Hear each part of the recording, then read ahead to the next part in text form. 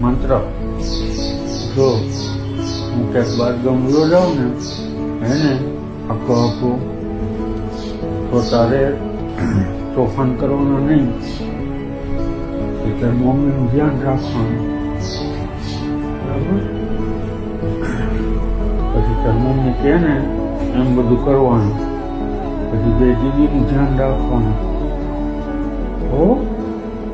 અને પપ્પા ન આવે ને તો